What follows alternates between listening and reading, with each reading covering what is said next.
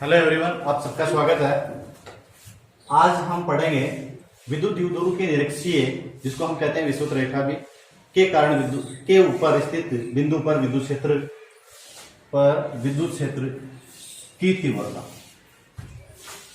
इसको हम पढ़ेंगे। यार, इससे पहले हमने पढ़ा था विद्युत द्विध्रुव की अक्षीय रेखा पर स्थित बिंदु के कारण विद्युत क्षेत्र की तीव्रता। तो आज निरक्षीय रेखा, जिसको विषुवत रेखा भी बोलते हैं। तो हम जानते हैं विद्युत द्विध्रुव क्या होता है। विद्युत द्विध्रुव दो परिमाण में समान आवेश अति अल्प दूरी पर स्थित हो तो उसको कहते हैं हम विद्युत द्विध्रुव। और इस विद्युत द्विध्रुव की जो निरक्षीय रेखा है उसको किससे कहेंगे? विद्युत द्विध्रुव के मध्य बिंदु, जिसको क्या कहते हैं? द्विध्रुव का केंद्र बिंदु। तो द्विध्रुव के मध्य बिंदु से होकर गुजरने वाली वह अक्षीय रेखा के लंबवत, ये तो उसका क्या है? द्विध्रुव का केंद्र बिंदु है। ये ए बी इसके क्या है? ये जो रेखा है ए बी, ये इसकी द्विध्रुव की अक्षीय रेखा है। तो द्विध्रुव के मध्य बिंदु से गुजरने वाले वह अक्षीय रेखा के लंबवत जो रेखा होगी उसी को हम कहते हैं निरक्षीय रेखा। तो ये एक निरक्षीय रेखा है। तो इस निरक्षीय रेखा पर r दूरी पर स्थित बिंदु P पर हमको क्या ज्ञात करना है? विद्युत क्षेत्र की तीव्रता। ये बिंदु A है, ए बिंदु पर माइनस Q आवेश है, और ये बिंदु B है, यहाँ प्लस Q आवेश है, और इन दोनों के बीच की दूरी कितनी है? 2a है। ये इसका मध्य बिंदु है, इसलिए यहाँ से यहाँ तक की दूरी कितनी हो जाएगी? a, और यहाँ से यहाँ तक की दूरी कितनी हो जाएगी? a। बिंदु A के कारण विद्युत क्षेत्र की तीव्रता इस पर लगेगी ये, लेकिन यहाँ पर माइनस Q आवेश होने के कारण इसकी दिशा किधर होगी? अंदर की ओर। तो इस दिशा में होगा जो एरो के द्वारा यहाँ दिखाया गया है। इसी प्रकार से बिंदु B पर प्लस Q आवेश है, तो प्लस Q आवेश के कारण यहाँ पर जो तीव्रता होगी वो किधर होगी? बाहर की ओर, जिसको ए बी से मैंने यहाँ दिखाया है, और ये एरो से इसकी दिशा है। तो आपको दो लाइन लिखनी है कि माना ए बी विद्युत द्विध्रुव की निरक्षीय रेखा पर r दूरी पर स्थित बिंदु P पर विद्युत क्षेत्र की तीव्रता ज्ञात करनी है। तो हम लिखते हैं माना ए बी विद्युत द्विध्रुव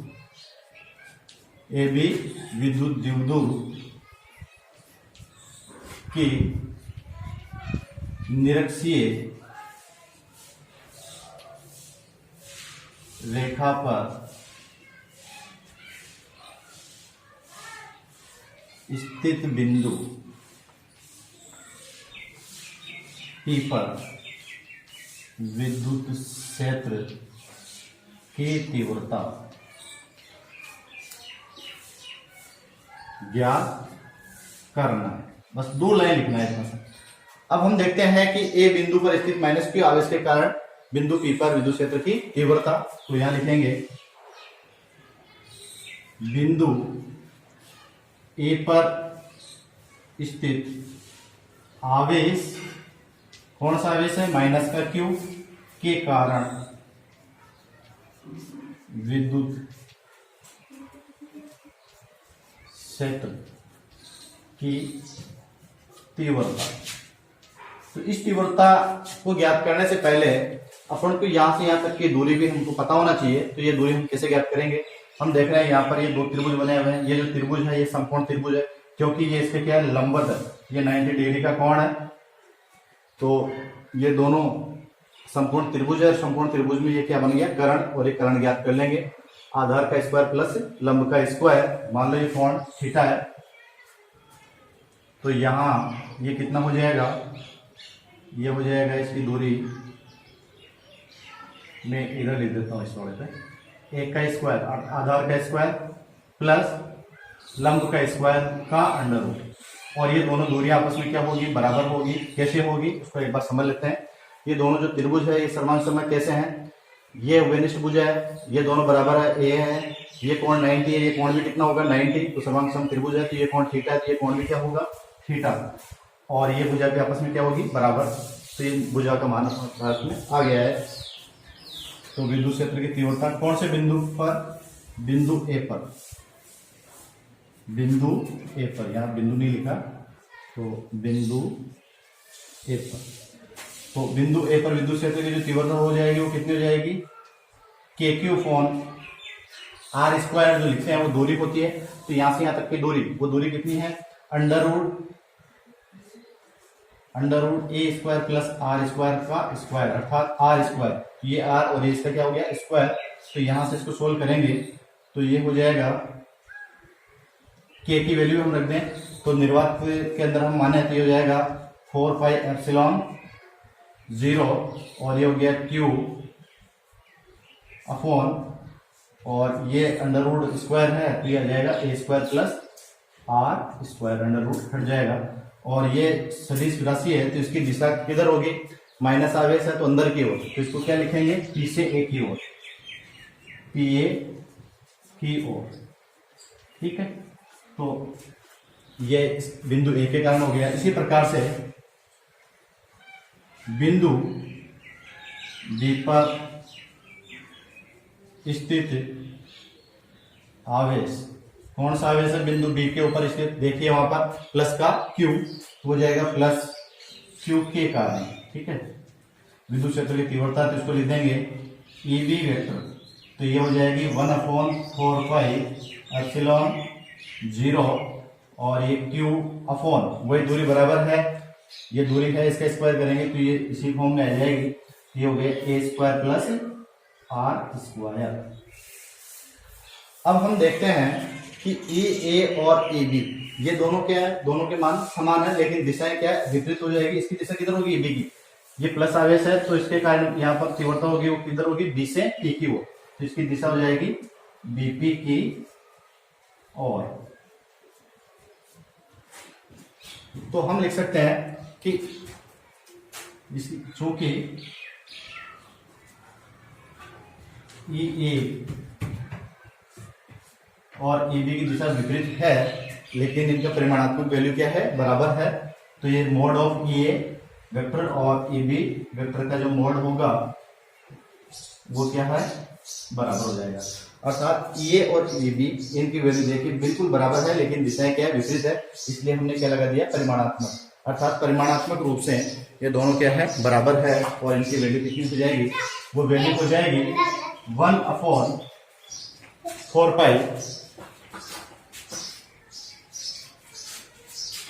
4 पाई एप्सिलॉन 0 और ये हो गई Q upon A square plus are square.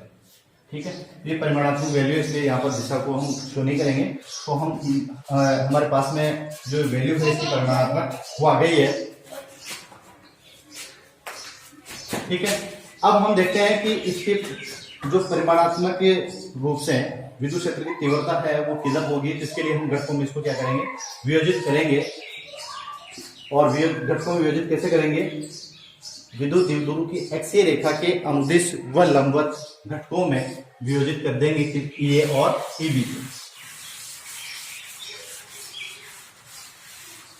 तो यहां से मैं मिटा देता हूं उसको।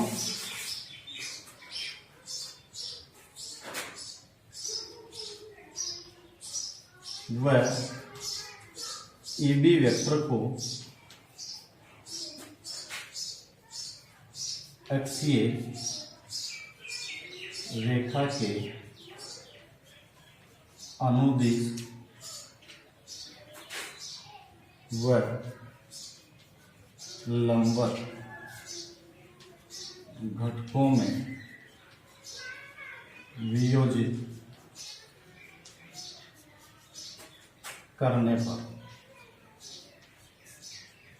अब देखो घटकों में वियोजित कैसे करेंगे, तो इस अक्षीय रेखा के अनुदिश, तो यहाँ पर अनुदिश एक रेखा खींच देंगे यहाँ पर बिंदु P से, और इस रेखा का नाम दे दिया हमने आर पी। और हमको ये पता है कि ये दोनों रेखाएं क्या आपस में एक दूसरे के समानांतर है, और समानांतर है और ये इसकी क्या है, प्रतिच्छेद रेखा है, इसको काट रही है। तो ये जो कोण होंगे, ये कोण कैसे बन गए, एकांतर कोण, ये कोण कितना हो जाएगा, थीटा। इसी प्रकार से हम देखेंगे दोनों समांतर रेखा है, ये इसको तिर्यक रेखा है, काट रही है प्रतिच्छेद रेखा, और ये कोण आपस में क्या है, संगत कोण हो जाएंगे। संगत कोण आपस में क्या होते हैं, बराबर होते हैं, तो ये कोण भी थीटा। अब ई बी को हम घटकों में विभाजित करें तो ई बी ये रहा, और थीटा जिस भुजा के साथ में थीटा कोण बड़ा होता है वहां पर क्या आएगा, ई बी कॉस थीटा। तो यहाँ आ जाएगा ई बी कॉस थीटा, और इसकी दिशा किधर होगी, ये दिशा। इसी प्रकार से इसका एक घटक होगा, ये इसकी दिशा इधर होगी, ये हो जाएगा ई बी साइन थीटा। ई ए को घटकों में विभाजित करेंगे तो ये इसके साथ में थीटा कोण बना हुआ है, तो यहाँ कितना जाएगा ई ए कॉस थीटा, जिसके साथ में कोण बना हुआ है उस भुजा के साथ में जैसे कॉस थीटा आता है, जो 11th क्लास में आप लोगों ने सीखा है। और ये जो हो जाएगा इसका दूसरा घटक लंबवत वाला घटक, तो इसको लिखेंगे, मैं इधर लिख देता हूँ, थोड़ी जगह नहीं है, तो ये हो गया ई ए साइन थीटा, और इसकी दिशा किधर होगी, अंदर की ओर।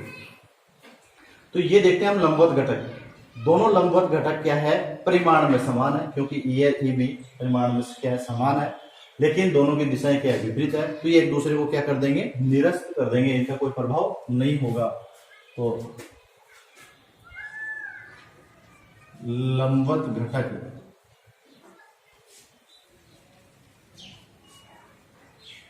परिमाण में समान परंतु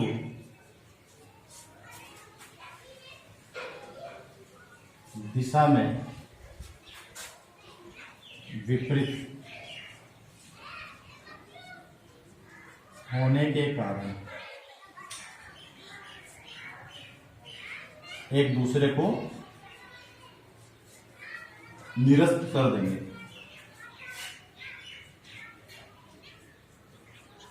निरस्त कर देंगे। और ये जो एक्सीय घटक है, एक्सीय रेखा के अनुदिश घटक या एक्सीय घटक जिसको कहें, तो एक्सीय घटक परिमाण में भी समान है और इनकी दिशा भी क्या है, समान है।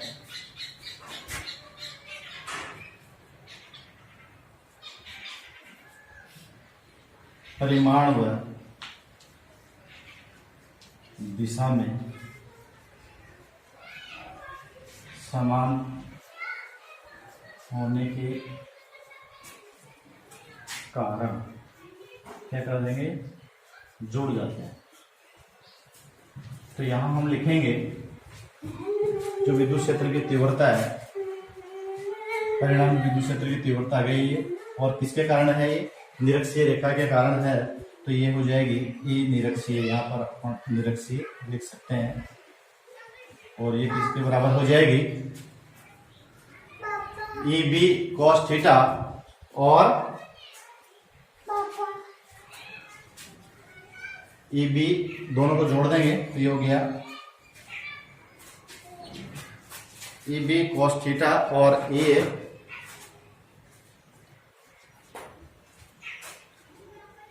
ई A cos theta plus E B cos theta.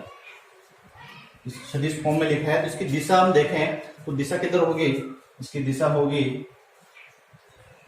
P R की ओर, या इसको हम ऐसे भी लिख सकते हैं, इसकी दिशा में ये इसके अनुदिश रेखा है बी ए की ओर, तो इसको ऐसे भी लिख सकते हैं हम बी ए की ओर। ये बी ए की ओर लिखने का कारण है उसको हम समझेंगे अभी, क्योंकि जो बी है ए है ये इधर है, और हमको पता है कि विद्युत द्विध्रुव जो आघूर्ण होता है उसकी दिशा किधर होती है, माइनस आवेश से प्लस आवेश के कारण उसकी दिशा है ए से बी की ओर, अर्थात ये उसकी विपरीत दिशा में, जिसको हम प्रतीक के रूप में, चिन्ह के रूप में भी लिख देंगे। तो यहाँ पर ये क्योंकि परिमाण में समान है तो ये आपस में जुड़ जाएंगे, तो इसको हम लिख सकते हैं 2EA cos थीटा, और इसकी दिशा क्या हो जाएगी, माइनस पी के बराबर। P इसकी दिशा को बता रहा है विद्युत द्विध्रुव आघूर्ण, और ये माइनस जो चिन्ह है, ये माइनस चिन्ह बता रहा है कि विद्युत द्विध्रुव आघूर्ण के विपरीत दिशा में इसकी दिशा होगी। अब हम यहाँ वैल्यू रख देंगे, तो ई ए की वैल्यू हमारे पास में है, वहां से रख देंगे तो ये हो जाएगा 2 × 1/4πε0 Q/a² + r²। ये वैल्यू हमने वहां से रख दिया है ये की। कॉस थीटा की वैल्यू रखेंगे तो कॉस थीटा बराबर क्या होता है, आधार बटा, कॉस थीटा बराबर होता है आधार बटा करण। तो यहाँ आधार क्या है, ये थीटा लंब, ये आधार, तो यह हो जाएगा a/a² + आर स्क्वायर, और ये अंडर रूट है तो अंडर रूट को हम क्या लिख सकते हैं, हाफ पावर, आधी घात। तो ये हो जाएगा A upon A square plus are square का हाफ पावर, और इसकी दिशा होगी माइनस पी कैप की ओर।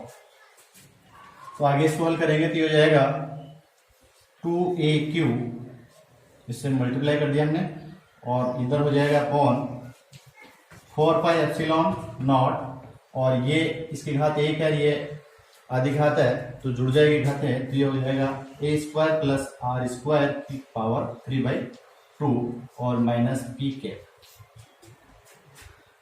देखिए यहाँ पर 2A इंटू क्यू क्या बन गया, ये विद्युत द्विध्रुव आघूर्ण, तो इसको लिखेंगे P, ठीक है। और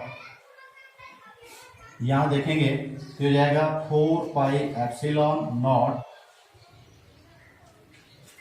और इसको भी साथ के साथ हम हल कर लेते हैं। यदि इफ जो R है निरक्षीय रेखा पर स्थित बिंदु, जहां पर हम विद्युत क्षेत्र की तीव्रता ज्ञात कर रहे हैं, वो इसकी अपेक्षा क्या होगा, बहुत ज्यादा बड़ा होगा, बहुत अधिक दूरी पर होगा, तो हम लिख सकते हैं if R is equal to very very large of A। तो इस A को हम क्या कर देंगे, नेग्लेक्ट, तो हमारे पास क्या बचेगा आर स्क्वायर, और आर स्क्वायर के ऊपर पावर कितनी होगी 3/2, तो 2 से 2 कैंसिल, तो ये कितना जाएगा R की पावर 3, और ये आ गया ई वेक्टर निरक्ष के कारण, निरक्षीय है ना।